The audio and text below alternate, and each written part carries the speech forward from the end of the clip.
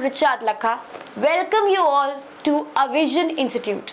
आज हम लोग इंग्लिश का बहुत इंपॉर्टेंट क्वेश्चंस एसएससी का डिस्कस करने जा रहे हैं, जिसमें ईडियम्स होगा, वन वर्ड सब्स्टिट्यूशन का काफ़ी कुछ होगा जो आज हम लोग पढ़ेंगे. So let's begin with the first question. Select the most appropriate one word substitution for the given words. Safe to drink. जैसे हम लोग बोलते हैं ना, पीने का पानी बहुत ज़्यादा सेफ होना चाहिए, बहुत ज़्यादा क्लीन होना चाहिए. बिकॉज इफ़ वी ड्रिंक गंदा पानी, डर्टी वाटर, तो वो हम लोग के हेल्थ को बहुत ख़राब वे में इम्पैक्ट कर सकता है. राइट. सो आपको ये जो तीन वर्ड है, one word safe to drink, ये तीन वर्ड को आपको एक ही वर्ड में बोलना है. इसके ऑप्शंस देखिए. ये चार ऑप्शंस में से the correct answer is option number C, that is portable. Portable का मतलब ही होता है something which is safe to drink. Edible होता है खाने को लेके, समथिंग विच इज एडिबल, कोई चीज जो खा सकते हो. राइट. तो एडिबल खाने से लिंक्ड होता है, एंड आपका पोर्टेबल जो वर्ड होता है वो आपका पानी से लिंक्ड होता है. So something which is safe to drink, that means something which is portable. Next, select the most appropriate meaning of the underlined idiom in the given sentence. His comments cast a slur upon the integrity of the manager. So यहाँ पर cast a slur upon, ये आपका idiom है. तो ये idiom का मतलब क्या है? Question क्या बोल रहा है? Select the most appropriate meaning. ये idiom है, ये जो आपका underlined हुआ है. ठीक है. ये idiom का मतलब क्या होता है? इसके चार ऑप्शंस है. इसका मतलब होता है डैमेज्ड, मतलब उसका जो कमेंट्स था, okay, that damage the integrity of the manager. So cast a slur upon means damaged.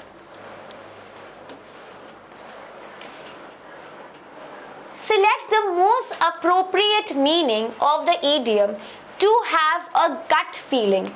This is a very famous idiom.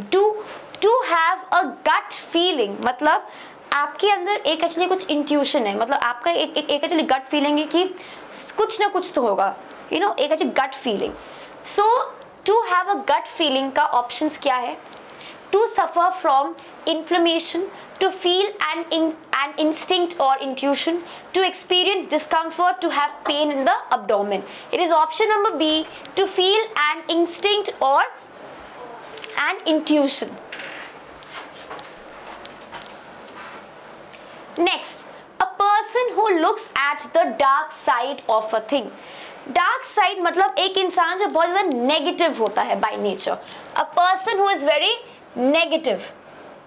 मतलब कुछ अच्छा चीज में भी कुछ खराब ढूंढना. That means a person who is a very negative person, a person who always looks at the dark side of a thing. इसके ऑप्शंस क्या है? Pugnacity, omniscient, pessimist and optimist. Okay, तो इसका आंसर है option number C, that is pessimist. Okay. Optimist क्या होता है? A person who is very positive by nature, a person जो बहुत ज़्यादा पॉजिटिव है. आप लोगों ने एक बहुत फेमस ईडियम सुना होगा इंग्लिश में, every cloud has a silver lining. मतलब हर एक मुसीबत में भी आपको कुछ अच्छा सीखने को मिलेगा, आपको कुछ अच्छा समझ में आएगा. मे बी उस टाइम में नहीं, मे बी बाद में आपको समझा कि हाँ, ये खराब वक्त भी मैंने कुछ सीखा. Okay, so optimist is a person who is very positive by nature. Now, exam में आपको ये दो ऑप्शंस हमेशा देगा, पेसिमिस्ट भी देगा, ऑप्टिमिस्ट भी देगा, ताकि आप लोग कंफ्यूज हो. तो आप लोग ये बहुत एक अच्छा ट्रिक अप्लाई कर सकते हो, which is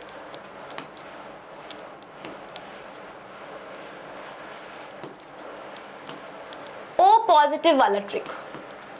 O positive.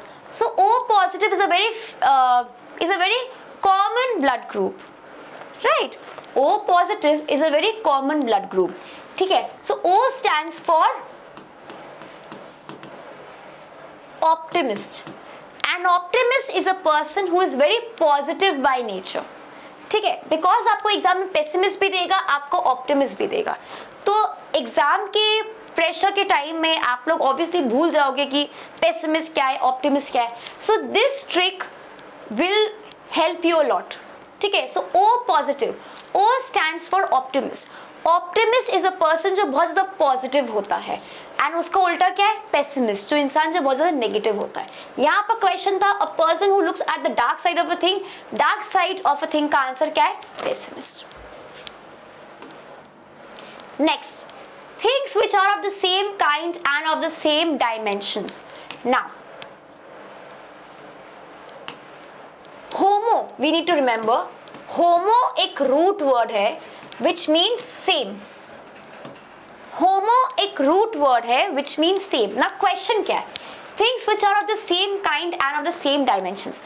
Now they are very, मतलब बहुत अच्छे से आपको चारों वर्ड्स में आपको होमो दे दिया, homosexual, होमोजीनस, होमोनिमस एंड होमोफोनी। आपको चारों वर्ड्स में स्टार्टिंग में होमो।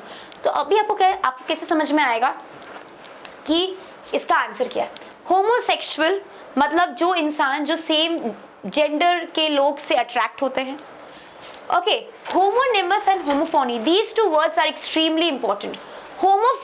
होमोनिमस क्या है, words which have the same spelling but are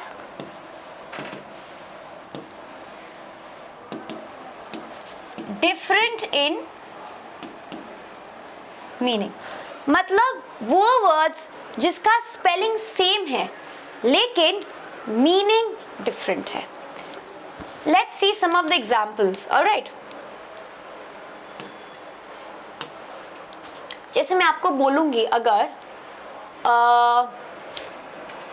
bat से, मैंने आपको एक वर्ड बोला bat.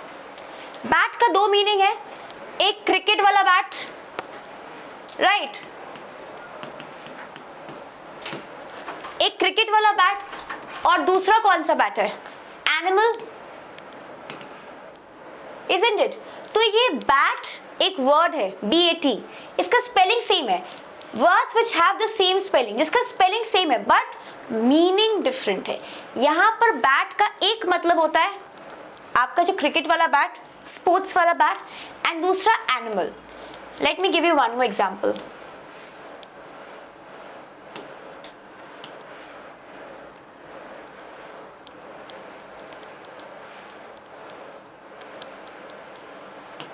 Let me give you one more example.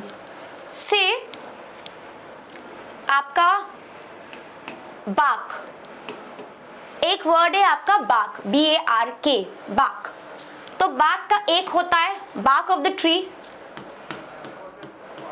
And दूसरा क्या है, डॉग का बाक।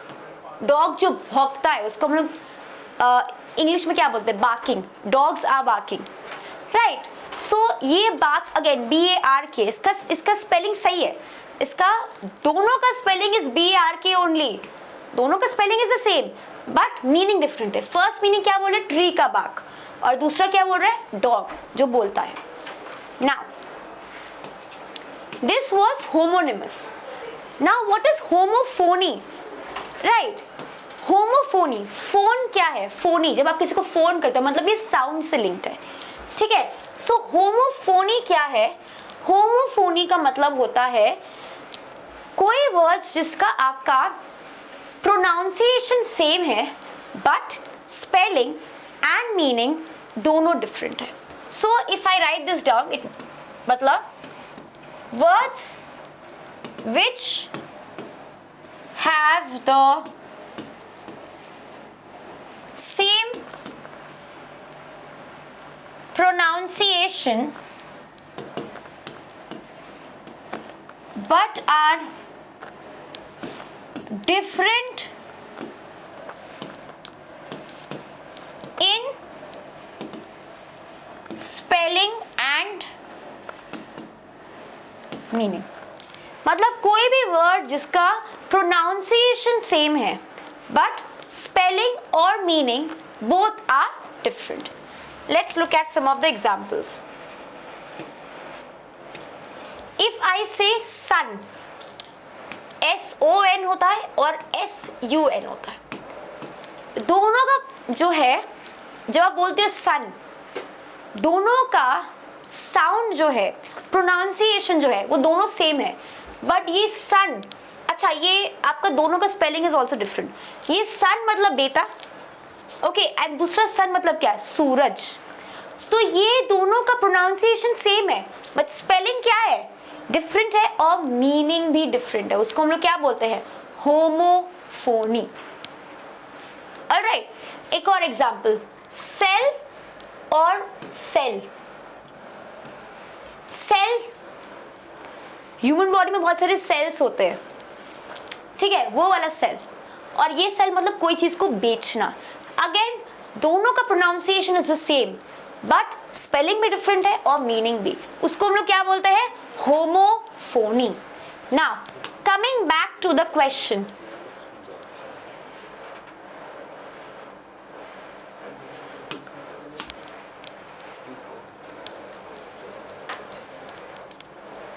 coming back to the question, things which are of the same kind and of the same dimensions, it is option number 2, homogeneous. Okay, next, select the option that can be used as a one word substitute for the given group of words. Again, आपको एक sentence दे दिया है, one who supervises students in an examination hall. So this is the sentence, ये आपका sentence है. आपको ये आपका वर्ड्स दिया हुआ है, आपको ये इतने मतलब ये सेंटेंस को आपको वन वर्ड में बोलना है. तो इसके ऑप्शंस क्या है, inspector, invigilator, teacher and examinee. One who supervisors students in an examination hall, मतलब जब आप कोई एग्जामिनेशन देने के लिए जाते हो, सो जो टीचर है जो आपको क्वेश्चन पेपर देती है, जो पूरा एग्जामिनेशन को पूरा सब कुछ लाइक सुपरवाइज करते कि कोई लाइक चीटिंग नहीं करे, उसको हम लोग क्या बोलते हैं, इन्विजिलेटर. ओके, एग्जामिनी कौन होता है, जो इंसान जो एग्जामिनेशन देता है, ठीक है. एग्जामिनी और एग्जामिनर कौन होता है, अगेन जो सुपरवाइज करता है. बट यहाँ पर एग्जामिनर नहीं था ऑप्शन में, आपका क्या था, invigilator. So one who supervises students in an examination hall, that is invigilator. Okay, examinee कौन है, जो आपको जो स्टूडेंट्स जो आपका एग्जामिनेशन देते हैं उसको बोलते हैं हम लोग एग्जामिनी. और एग्जामिनर कौन है, अगेन जो आपका पूरा सुपरवाइज करता है. Okay, next, happening every 2 years. Now again bi क्या है, bi is a root word which means two. So यहां पर आपको बोल रहा है हैपनिंग एवरी 2 years, कोई भी चीज जो 2 साल में बेसिकली एक बार होता है. हैपनिंग एवरी 2 years मतलब कोई भी चीज जो 2 साल में एक बार होता है. इसके ऑप्शंस क्या है, biannual, biennial, centennial and triennial. Now आप लोग को तो इतना समझ में आओगे जब मैंने बोला बाई मीन्स 2, या फिर ए है या फिर बी है, राइट. सो बाई एनुअल मतलब क्या, something which happens twice a year. Biannual मतलब something which happens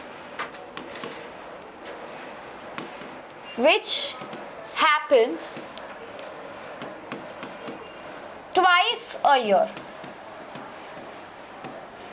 जैसे आप लोग का सेमेस्टर एग्जाम्स, आप चाहे फर्स्ट ईयर में हो, सेकेंड ईयर में हो, थर्ड ईयर में हो, या फिर आप अपना कोई पोस्ट ग्रेजुएशन प्रोग्राम कर रहे हो, मास्टर्स कर रहे हो, आपका एक साल में आपका 2 सेमेस्टर एग्जाम्स होता है, isn't it? So biannual मतलब कोई भी चीज जो एक साल में 2 बार होता है. Something which happens twice a year, कोई भी चीज जो एक साल में 2 बार होता है उसको आप बोलते हैं biannual. Biennial मतलब क्या, समथिंग जो 2 साल में एक बार होता है. Something which happens once every 2 years, कोई भी चीज जो 2 साल में एक बार होता है. सो क्वेश्चन यहाँ पर क्या बोल रहा है, हैपनिंग एवरी 2 years मतलब कोई भी चीज जो 2 साल में एक बार होता है, उसका ऑप्शन क्या होगा, biennial.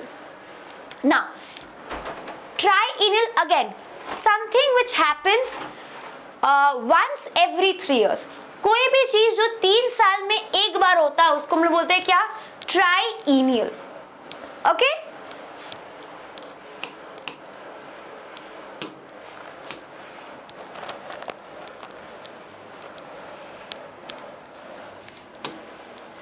next, a figure with many angles or sides. Now poly is a root word which means many. poly एक root word है जिसका मतलब होता है many. Now a figure with many angles or sides. Supposedly आपको ये 4 option से अगर आपको इसका आंसर नहीं पता है, but if you know the root word poly, P-O-L-Y, poly का मतलब ही क्या होता है? something जो ज्यादा होता है, something which basically like it refers to many. So polygon is the answer.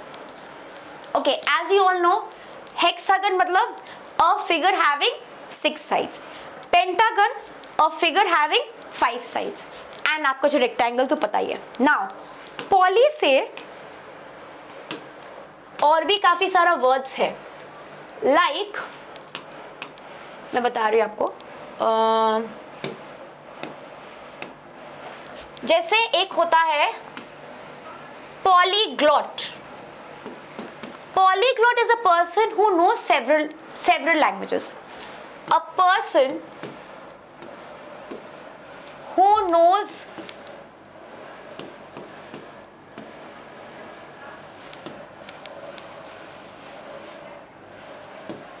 several languages.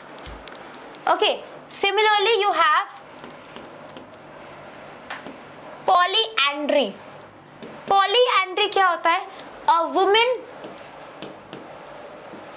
having several husbands.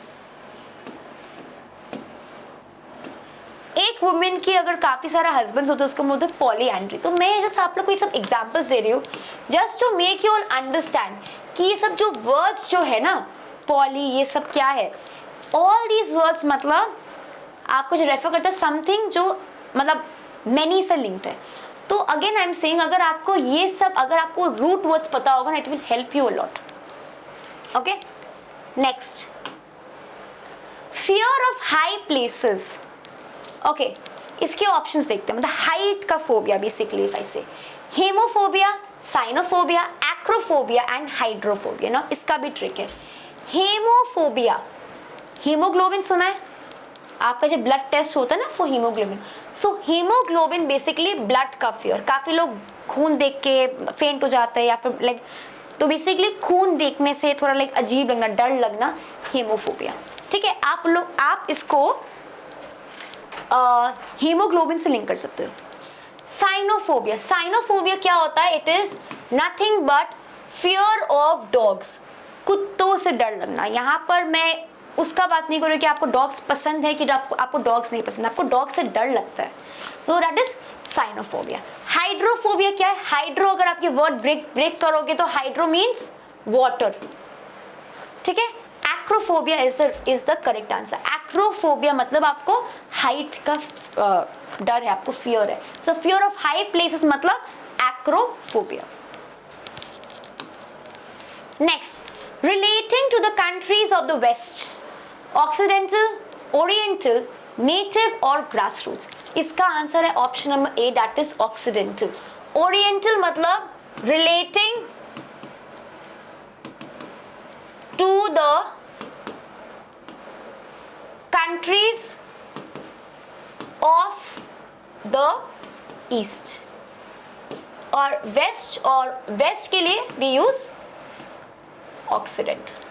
सो यहाँ पर क्वेश्चन बोल रहा है जो भी कंट्रीज हम लोग वेस्ट को लेके बोलते हैं इट मीन्स ऑक्सीडेंटल. ओरिएंटल मतलब जो आपका ईस्ट से लिंक्ड. आई होप आप लोग को ये सब पॉइंट समझ में आया एंड आई होप आप लोग ये सब ट्रिक्स अप्लाई करो अपने एग्जाम में ताकि आप लोग को बहुत हेल्प हो. Thank you so much. I will see you all in my next video.